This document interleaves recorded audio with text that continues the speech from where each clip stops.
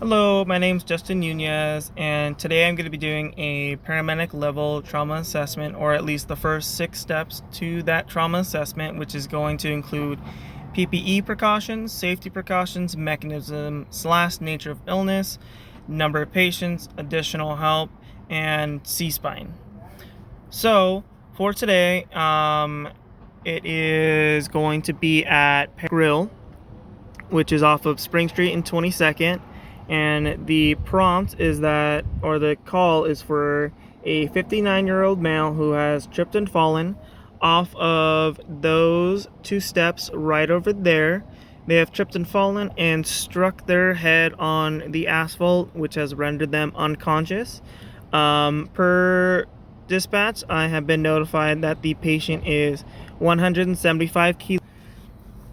And with knowing the conversion for that, that means the patient is 385 pounds. So I am going to be needing additional help. Luckily, BLS Fire is on its way.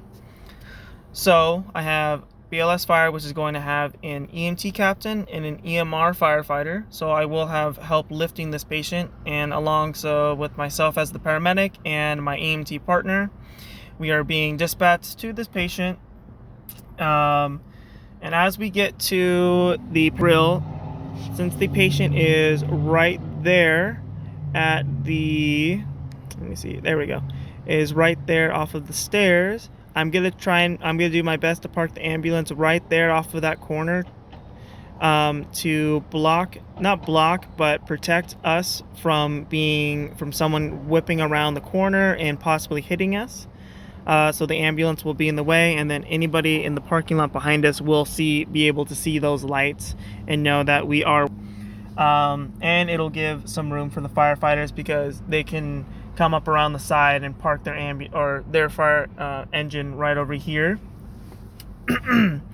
As for PPE precautions, as we're going to it, today it's about 85 degrees and it's about 1420 or 220.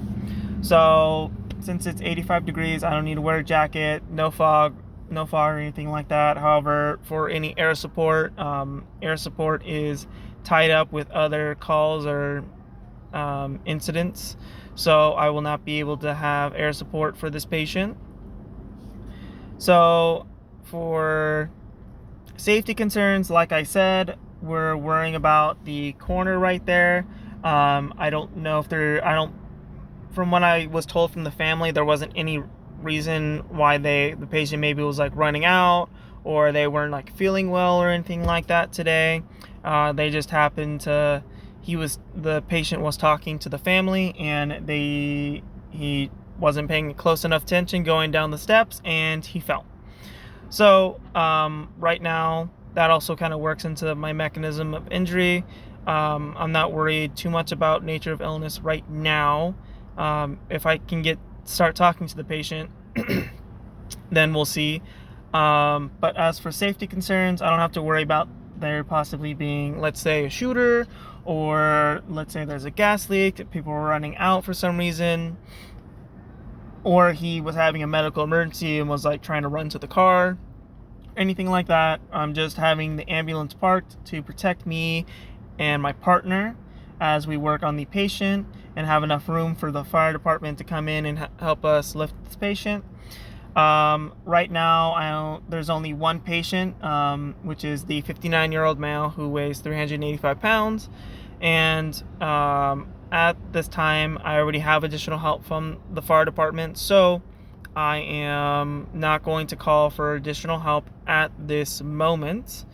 And as for C-spine, by the sound of how the family member said he fell, I am worried about his neck. Since he fell straight face down, I am worried about his neck, and so I'm going to have the EMR firefighter go ahead and hold his neck, because then that leaves me, my EMT, the captain, and myself free and available to go ahead and have my EMT grab the backboard, or have the EMT captain grab the backboard and have my partner clear off the gurney so that when we roll this patient over onto their back onto the backboard, we can lift them onto the gurney and therefore lift them into the ambulance.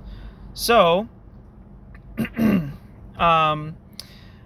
other mechanism of injury, going back to that, we're also going to be looking at not only them striking their head and worrying about brain injury, but I'm also going to be worrying about most of the time when people fall, they fall with their hands reached out to possibly try and stop themselves, and usually that can dislocate, fracture, or break the bones in their arm or their collarbone.